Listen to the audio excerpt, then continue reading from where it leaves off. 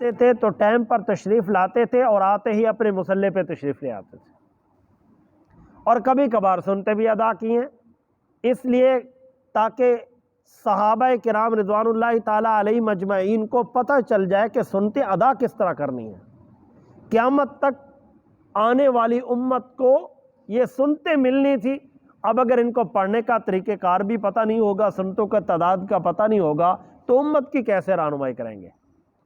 اس لیے امام کو چاہیے کہ کبھی کبھار گھر میں پڑھے اور کبھی کبھار مسجد میں پڑھے، تاکہ لوگوں کو پتہ چلے کہ امام سنتے پڑھ رہا ہے، اس کی سنتے کتنی پڑھی ہیں، کس انداز سے پڑھی۔ اگر میری غلطی ہے تو میں امام کو دیکھ کے اپنی غلطی کو ٹھیک کر لوں۔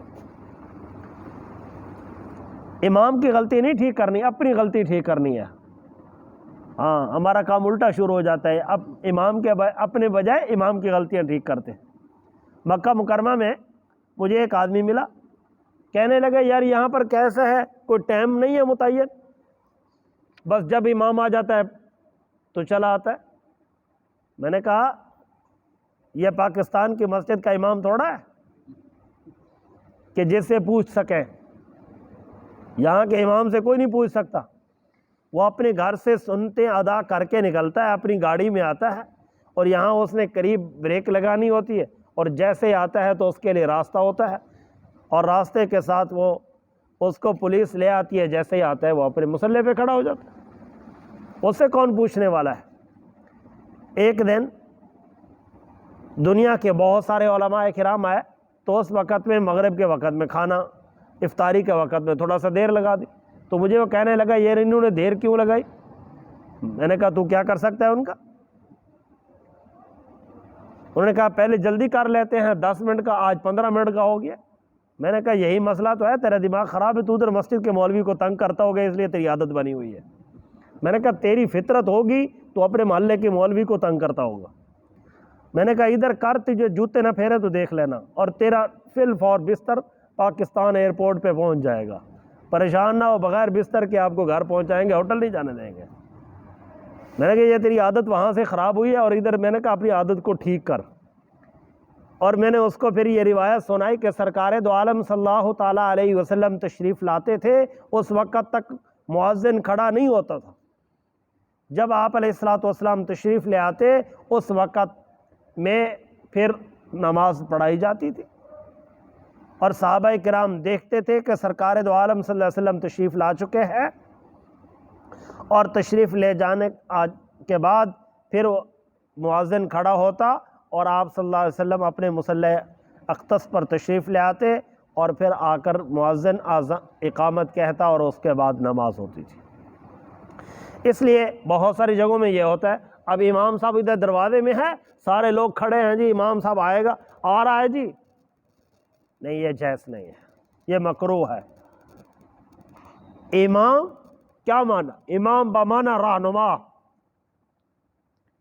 اور سارے کی ساری کائنات کے بادشاہ کو سجدہ کرنے کے لیے، سجدہ اللہ کو کرنا، امام کو تو نہیں کرنا نا، ساری کی ساری کائنات کے بادشاہ کو سجدہ کرنا ہے، اور پوری کائنات کے خالق کی دربار میں کھڑا ہے، اور اس دربار کے اندر مصلی بچھا ہوا ہے اس محبوب صلی اللہ تعالی علیہ وسلم کی امت کو رہنمائی کرنے کے لیے ایک رہنما کا، اور جو اس پر آ کر کھڑا ہوتا ہے تو اس کا کیا مقام ہے؟ اس کا مقام یہی ہے کہ اس کو آ رہا ہے جی پڑھو تکبیر، یہ نہیں ہے اس کا مقام۔ اس کا مقام کیا ہے؟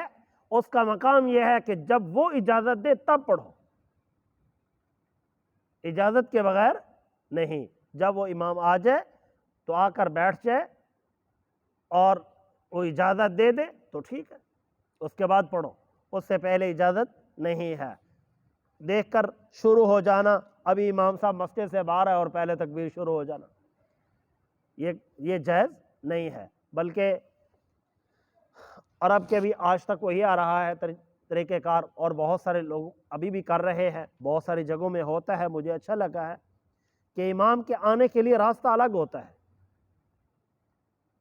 امام کے آنے کا راستہ اور امام کے جانے کا راستہ وہ نہیں ہوتا جہاں سے عوام آتی ہے۔ یہ اور بات ہے کہ ہم نے اب راستے ایک ہی بنا دیے، امام کے آنے جانے کا راستہ الگ ہوتا ہے، تاریخ اسلام میں یہی لکھا ہے، امام کے آنے جانے کا راستہ الگ ہوتا تھا، اور امام صاحب آتے نماز پڑھائی اور ان کے جانے کا راستہ الگ۔ اور ہم نے کیوں ایسا کیا؟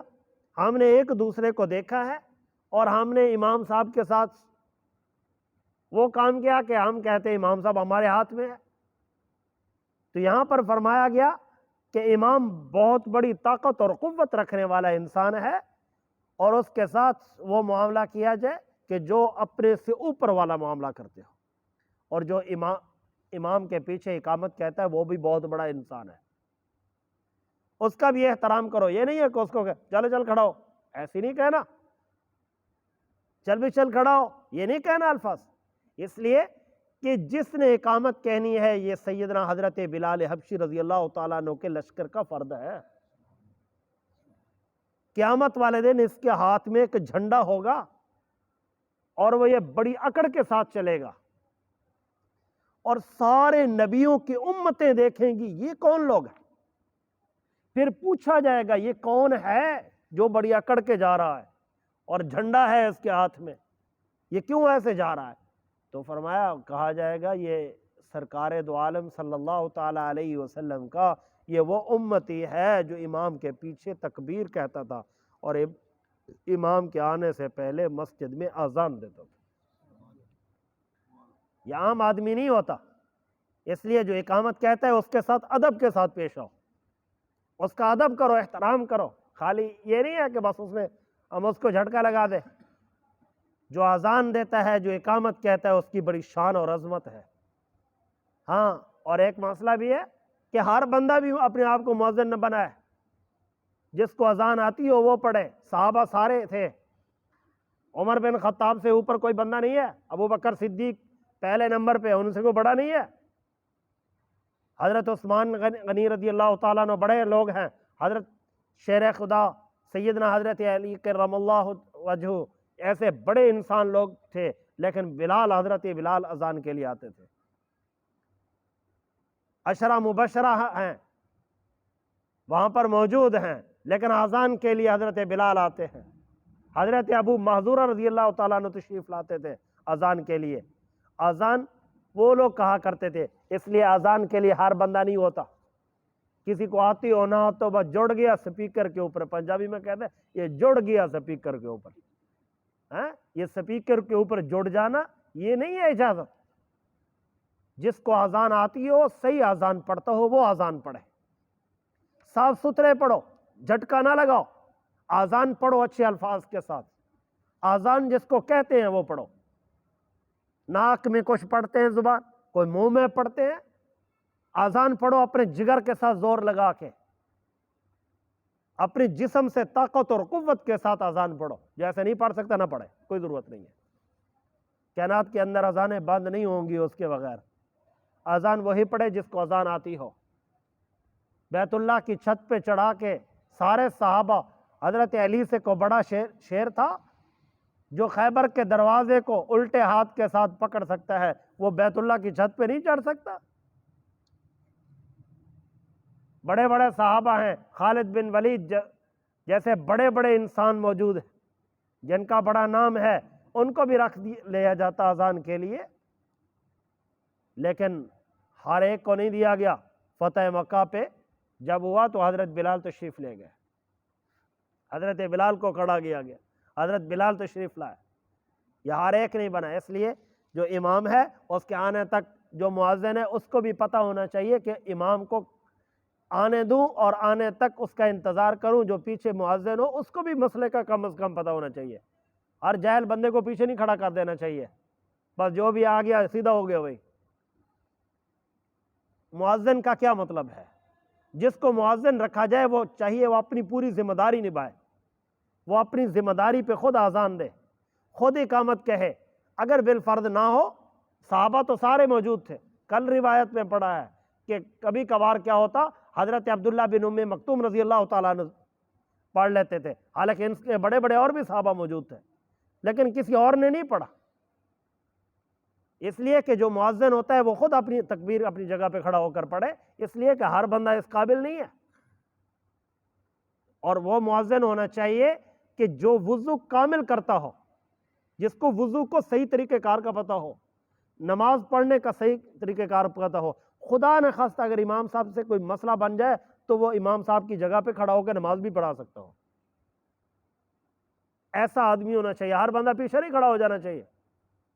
جو مؤذن ہو وہ اپنی جگہ کو صحیح مانے، اپنی جگہ کو سنبھالے۔ نہیں سنبھال سکتا کوئی بات نہیں ہے، سائڈ پہ ہو جائے۔ مؤذن کو اللہ نے اتنی بڑی شان دی ہے، بڑی عظمت دی ہے، اس کا بڑا مقام ہے، اس کے ساتھ اوئے یا ایسے الفاظ کے ساتھ نہ بولا کرو، بڑے ادب کے ساتھ بولا کرو، اس لیے کہ اس کو بڑی شان ہے۔ قیامت والے دن وہ عام امتیوں کے ساتھ نہیں چلے گا، وہ حضرت بلال کے ساتھ چلے گا۔ آپ صلی اللہ علیہ وسلم نے ارشاد فرمایا علماء آئیں گے، فرمایا اولیاء آئیں گے، صلحاء آئیں گے، شہداء آئیں گے، اتقیاء آئیں گے، ان کا فرمایا علیحدہ آنے جانے کا راستہ ہوگا، حضرت بلال کے لشکر کا علیحدہ ہوگا۔ حضرت بلال اپنے لشکر کے ساتھ چلیں گے، اس لیے ان کی بڑی شان ہے، بڑی عظمت ہے۔ تو جب عظمت اتنی بڑی ہے تو اس کے لیے احتیاط بھی ہونی چاہیے۔ فرمایا کہ جب پیچھے آدمی جو کھڑے ہوتے ہیں اگر اس کا وضو کامل نہ ہو تو امام کے اوپر اثر پڑتا ہے۔ امام کا نماز میں بھول جانا روایت میں موجود ہے، اگر امام نماز کے اندر بھول جائے تو علامت ہوتی ہے کہ مقتدیوں نے وضو ٹھیک نہیں کیا۔ مقتدی کا وضو ٹھیک نہ ہو تو امام نماز کے اندر بھول جاتا ہے، اگر مقتدی کا وضو ٹھیک ہو تو امام نہیں بھولتا۔ امام کا بھول جانا نماز کے اندر، ایک بار رسول پاک صلی اللہ تعالی علیہ وسلم خود تلاوت فرما رہے تھے، نماز کے اندر بھول گئے۔ حضرت ابی بن کعب رضی اللہ تعالیٰ عنہ اتنے بڑے جلیل القدر صحابی ہیں، انہوں نے سرکار دو عالم صلی اللہ تعالی علیہ وسلم کو قرآن مجید کے اندر وہ لقمہ دیا، غلطی بتائی جو قرآن مجید میں وہ غلطی ہو رہی تھی، تسامح ہو رہا تھا، قرآن مجید کے الفاظ وہ نہیں آپ صلی اللہ علیہ وسلم ادا فرما رہے تھے، تو بتایا تو آپ نے ارشاد فرمایا مجھے کس نے یہ لقمہ دیا ہے، کس نے بتایا ہے؟ حضرت ابی بن کعب رضی اللہ تعالیٰ عنہ عرض کیا یا رسول اللہ صلی اللہ علیہ وسلم میں نے، آپ نے ارشاد فرمایا مجھے بھی پتا تھا، ابی بن کعب کے علاوہ مجھے کوئی اور نہیں بتا سکتا۔ فرمایا مجھے بھی پتا تھا ان کے علاوہ مجھے کوئی اور نہیں بتا سکتا۔ پھر ارشاد فرمایا امام تب ہی بھولتا ہے جب نماز کے اندر جب وضو کرنے والے مقتدیوں کی پوزیشن ٹھیک نہیں ہوتی، اور کم از کم جو امام کے پیچھے کھڑا ہوتا ہے مؤذن اذان دینے والا، اس کی پوزیشن ٹھیک ہونی چاہیے، وہ صحیح ہو، جس کو اذان بھی آتی ہو، اس کو وضو کا بھی صحیح معنی پتہ ہو، اگر خدا نخواستہ امام کو کوئی مسئلہ بن جائے تو امام کی جگہ پہ کھڑا ہو کر وہ نماز بھی ادا کرا سکے۔ سمجھ آ گیا مسئلہ؟ فرمایا کہ بیان کیا ہمیں یحییٰ بن موسیٰ نے، وہ کہتے ہیں یہ بات ہمیں بیان کیا عبد الرزاق نے، وہ کہتے ہیں ہمیں بیان کیا اسرائیل نے، وہ کہتے ہیں مجھے خبر دی سماک ابن حرب نے، کہتے ہیں سنا ہے جابر بن سمرہ رضی اللہ تعالیٰ عنہ سے، وہ فرما رہے تھے مؤذن تھے رسول پاک صلی اللہ تعالیٰ علیہ وسلم کی انتظار میں ہوتے تھے، پس اقامت نہیں کہتے تھے، ہاں جب دیکھ لیتے تھے سرکار دو عالم صلی اللہ تعالیٰ علیہ وسلم تشریف لا چکے ہیں تو اس وقت میں وہ کھڑے ہوتے، اقامت کہتے، لیکن وہ اس وقت میں کھڑے ہوتے حین یراہو، جس وقت سرکار دو عالم صلی اللہ تعالیٰ علیہ وسلم کو دیکھ لیتے تھے کہ آپ صلی اللہ علیہ وسلم تشریف لا چکے ہیں یا اپنے مصلی اختص پہ پہنچ چکے ہیں۔ امام ابو عیسیٰ ترمذی رحمۃ اللہ علیہ فرماتے ہیں یہ حدیث حسن، یہ بہت عمدہ قسم کی حدیث ہے، اور اللہ تعالیٰ سے دعا ہے اور اسی پر فرماتے ہیں اہل علم کا بھی اتفاق رہا ہے، اہل علم بھی اسی بات پر فتویٰ دیتے ہیں، اسی طرح ہونا چاہیے، اس میں کسی کا اختلاف نہیں ہے، یہ اتفاقی مسئلہ ہے۔ جو مؤذن ہو اس کی پوزیشن بھی اچھی ہونی چاہیے، جو مؤذن ہو اس کو وضو کرنا بھی صاف آتا ہو، جو مؤذن ہو اس کے کپڑے بھی صاف ستھرے ہوں، اور اس کو تھوڑا بہت کم از کم نماز پڑھنے کا مسئلہ کا بھی علم ہونا چاہیے، اور جو اذان دے تو اچھی انداز میں اذان دے، ایسے نہیں ہو کہ رونے دھونے والی آواز ہو، ایسے رونے دھونے والی کے مالنے والے کہ خدا کے لیے ہماری جان چھوڑ، تو نے کب سے اذانیں شروع کر لی ہے، جب سے تو نے شروع کیے تب ہمارا آنا جانا بھی مسجد میں کم ہو گیا ہے۔ اذان اچھی انداز سے آواز دی جائے، صاف آواز کے ساتھ جو اذان دے اور جس کو آتی بھی ہو۔ ایک اور مسئلہ بھی ہے، مجھے مسئلہ یاد آ گیا، اذان سے پہلے صلاۃ و سلام جو ہم پڑھتے ہیں بہت ساروں کو آتا نہیں ہے، غلط پڑھتے ہیں، زبر کی جگہ پہ زیر پڑھتے ہیں، زیر کی جگہ پہ زبر پڑھتے ہیں، بہت سارے غلط پڑھتے ہیں نا، آپ کو پتہ ہوگا، بہت سارے غلط پڑھتے ہیں، زبر کی جگہ پہ زیر پڑھتے ہیں، زیر کی جگہ پہ زبر پڑھتے ہیں، پیش کی جگہ پہ زبر پڑھتے ہیں، اور زبر کی جگہ پہ پیش پڑھتے ہیں۔ نہیں، وہ اذان پڑھے جس کو صلاۃ بھی صحیح آتی ہو، جس کو صلاۃ صحیح نہیں آتی وہ بھی نہ پڑھے، اس لیے کہ صلاۃ والسلام غلط پڑھنا گناہ کبیرہ ہے، صلاۃ والسلام غلط پڑھنا گناہ کبیرہ ہے۔ میں نے ایک وہابی سے پوچھا، میں نے کہا ادھر آیا ہے؟ کہتے ہیں ہاں آیا ہوں۔ میں نے کہا یہ بتا، چلو ادھر تو نہیں پڑھتا تھا، ادھر آیا ہے پڑھتا ہے؟ کہتے ہیں ہاں پڑھتا ہوں۔ میں نے کہا چل سنا۔ میں نے کہا ادھر تو منکر نہیں ہے نا، جب تو جالیوں کے پاس کھڑا ہوگا تو کیسے سلام پڑھے گا؟ میں نے کہا سنا، آئے نہیں۔ میں نے کہا ادھر سے یاد کر کے آتا تو آتا، ادھر کیسے آئے؟ ادھر کیسے آئے تجھے؟ میں نے کہا ادھر سے یاد کر کے آتا، ادھر تو مخالفت میں رہا، ادھر تو اب آتا نہیں ہے تجھے۔ میں نے کہا پڑھ۔ میں نے کہا جالیوں کے پاس پڑھ کر کیا پڑھے گا؟ کہتے درود پاک پڑھوں گا۔ میں نے کہا درود پاک کا تو کوئی منکر نہیں ہے۔ میں نے کہا درود پاک تو نے وہاں پڑھنا، اب سرکار دو عالم صلی اللہ تعالیٰ علیہ وسلم کے روض انور پہ پہنچا ہے، سرکار نے ارشاد فرمایا جو مجھ پر آ کر خود درود پاک پڑھتا ہے میں خود سنتا ہوں۔ میں نے کہا اس کا منکر تو نہیں ہے؟ میں نے کہا سرکار دو عالم صلی اللہ تعالیٰ علیہ وسلم نے خود سننا ہے، اب سنا مجھے کیسے پڑھے گا؟ تو یہ ہمیں یاد کرنا پہلے چاہیے، یہ یاد کرنا پہلے چاہیے۔ تو اذان سے پہلے، اذان کے لیے اذان آنا ضروری ہے، اور اس سے پہلے صلاۃ پڑھنی ہے تو صلاۃ آنا بھی ضروری ہے۔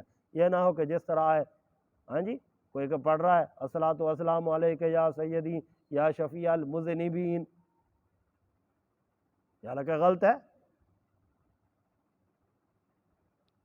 کوئی پڑھ رہا ہے الصلاۃ والسلام علیک یا سیدی یا جد الحسن والحسین، یہ غلط ہے۔